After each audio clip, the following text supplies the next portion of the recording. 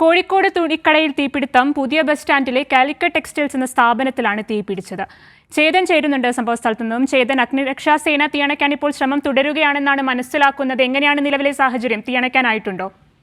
അതെ, അല്പസമയം മുമ്പാണ് ഈ കോഴിക്കോട് പുതിയ ബസ് സ്റ്റാൻഡിന് സമീപം സ്ഥിതി ചെയ്യുന്ന കാലിക്കറ്റ് ടെക്സ്റ്റൈൽസ് എന്ന സ്ഥാപനത്തിൽ തീപിടുത്തം ഉണ്ടായത്. ഒരു വലിയ വസ്ത്രശാലയാണ് ഇത്.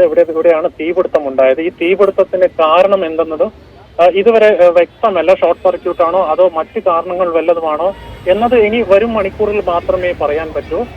നിലവിൽ ഇപ്പോൾ ഇവിടെ ഫയർഫോഴ്സ് എത്തിയിട്ടുണ്ട്. ഫയർഫോഴ്സ് എത്തി തീ അണക്കാനുള്ള ശ്രമങ്ങളൊക്കെ തുടങ്ങിയിട്ടുണ്ട്.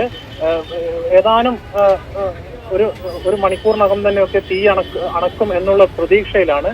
ഇനി നമുക്ക് പ്രധാനമായും പറയാനുള്ളത്, നിലവിലിവിടെ ആരെങ്കിലും കുടുങ്ങിയോ അത്തരം ചില വിവരങ്ങൾ ലഭ്യമായിട്ടില്ല. ഒരു മണിക്കൂറിൽ മാത്രമേ ലഭ്യമാവൂ.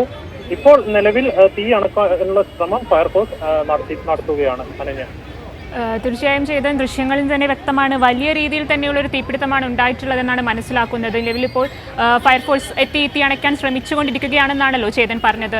ചേതൻ സൂചിപ്പിച്ചതുപോലെ തന്നെ അകത്താരെങ്കിലും കുടുങ്ങിക്കിടക്കുന്നുണ്ടോ എന്ന കാര്യത്തിൽ സംശയമാണ്. ചേതൻ, ഇപ്പോൾ ഇതൊരു ടെക്സ്റ്റൈൽസിനാണല്ലോ തീ പിടിച്ചിട്ടുള്ളത്. അപ്പോൾ ഇത്തരത്തിൽ അവിടെ ജോലി ചെയ്യുന്ന ആരെങ്കിലും നിന്നോ അല്ലെങ്കിൽ അത്തരത്തിലുള്ളവരിൽ നിന്നോ ഈ സമയത്ത് അവിടെ ജോലിക്കാരുണ്ടായിരുന്നു? കാരണം വൈകുന്നേരമാണ്, സാധാരണ ജോലിക്കാരുണ്ടാവാൻ സാധ്യതയുള്ള സമയമാണല്ലോ. അത്തരത്തിൽ എന്തെങ്കിലും വിവരങ്ങൾ ലഭ്യമായിട്ടുണ്ടോ?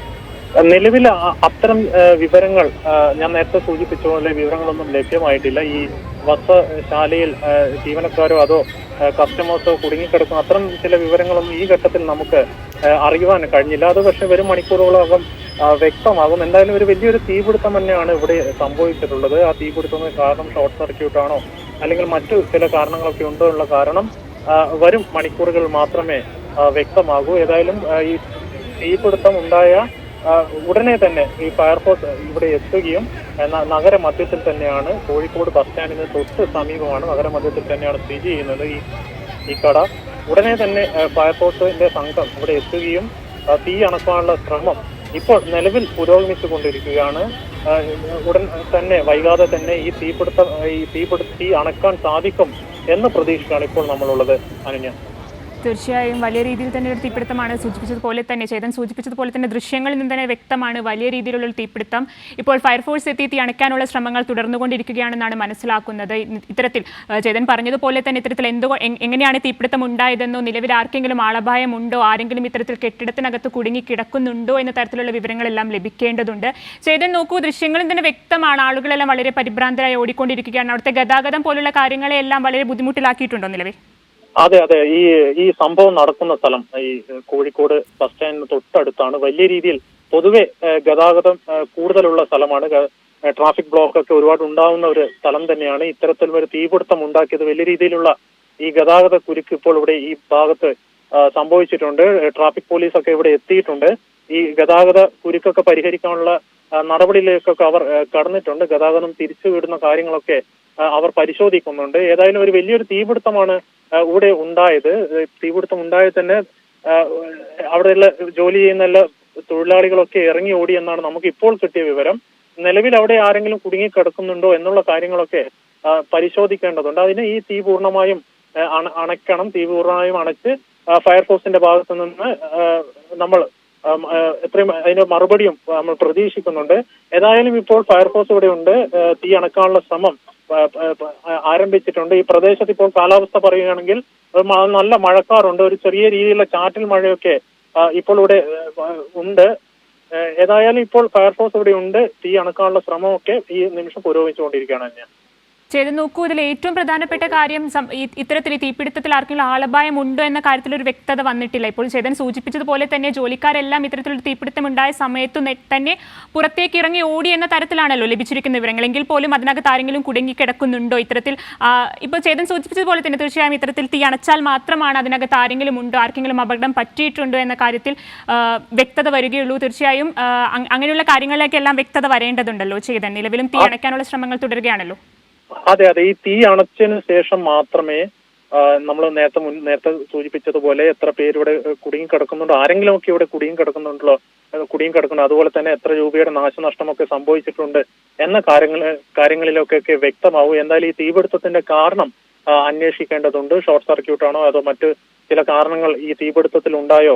നമ്മൾ ഏറ്റവും കൂടുതൽ എടുത്തു കാണേണ്ടത് നഗരമധ്യത്തിൽ തന്നെയാണ് ഈ തീപിടുത്തം സംഭവിച്ചത്. ഈ വസ്ത്രശാലയുടെ തൊട്ടു മുമ്പിൽ സാധാരണ പൊതുവേ നല്ല ട്രാഫിക് ബ്ലോക്ക് ഒക്കെ ഉള്ള സ്ഥലമാണ്.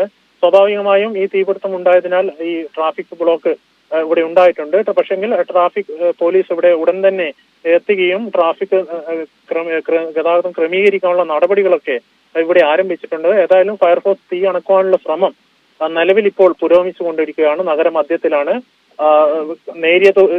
സ്ഥലത്ത് നേരിയ തോതിൽ ചാറ്റൽ മഴ അനുഭവപ്പെടുന്നുണ്ട്.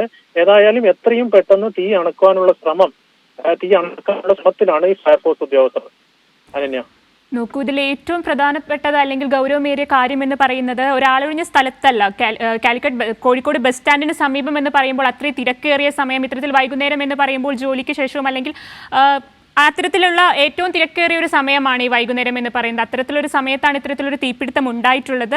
അതിൽ ഏറ്റവും ആശ്വാസകരമായ കാര്യം എന്ന് പറയുന്നത് നിലവിൽ ആളപായം ഒന്നും റിപ്പോർട്ട് ചെയ്തിട്ടില്ല എന്നതാണ്. തീ അണയ്ക്കുന്നതേ ഉള്ളൂ. തീ അണയ്ക്കാനുള്ള ശ്രമങ്ങൾ തുടർന്നുകൊണ്ടിരിക്കുകയാണ്. ചേതൻ ഇപ്പോൾ സൂചിപ്പിച്ചതുപോലെ തന്നെ അവിടെ ചെറിയ രീതിയിൽ മഴയുണ്ടെന്നാണ് മനസ്സിലാക്കുന്നത്. അത്തരത്തിലുള്ള കാലാവസ്ഥ ഇത്തരത്തിലുള്ള രക്ഷാപ്രവർത്തനത്തെ ഏതെങ്കിലും രീതിയിൽ ബാധിക്കുന്നുണ്ടോ ചേതൻ?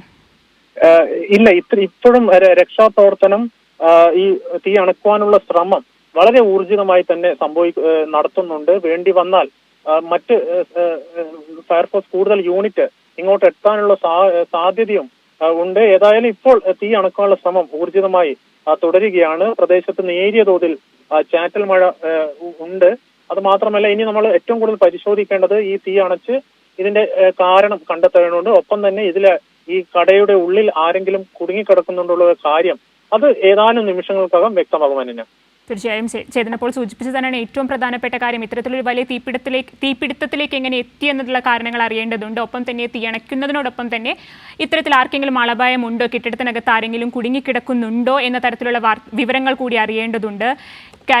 കോഴിക്കോട് പുതിയ ബസ് സ്റ്റാൻഡിന് സമീപത്തുള്ള കാലിക്കറ്റ് ടെക്സ്റ്റൈൽസ് എന്ന സ്ഥാപനത്തിനാണ് തീ പിടിച്ചിരിക്കുന്നത്. അഗ്നിരക്ഷാസേന തീയണയ്ക്കാനുള്ള ശ്രമങ്ങൾ തുടരുകയാണ്. ചേതനാണ് തത്സമയം വിവരങ്ങൾ നൽകിക്കൊണ്ടിരിക്കുന്നത്. ചേതൻ ഇപ്പോൾ സൂചിപ്പിച്ചതുപോലെ തന്നെ ഫയർഫോഴ്സ് തീയണയ്ക്കാനുള്ള ശ്രമം തുടർന്നുകൊണ്ടിരിക്കുന്നു. നിലവിലെ രക്ഷാപ്രവർത്തനം ഏത് രീതിയിലാണ്? തീ അല്പസമയത്തിനകം അണയ്ക്കാൻ പറ്റുമെന്ന് തന്നെയാണോ മനസ്സിലാക്കിയത്?